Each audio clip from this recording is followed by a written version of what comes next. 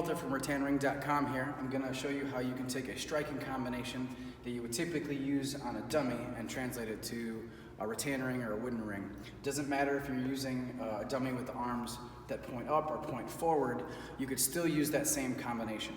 I'm going to start with just a combination that I typically use to develop the forearms and the wrist movement. So I'm going to strike forward, I'm going to pull back like I'm blocking or opening up. I'm going to shoot forward with my fingers and work the fingers here to the eyes. Then I'm going to block to my center line by bringing my elbow in. Then I'm going to pull down. After I pull down, I'm going to back fist either to the ribs or underneath the arm. Something along those lines. So basically I'm going to take a combination that I'm familiar with and then I'm going to use it on the ring in the same way. Enjoy.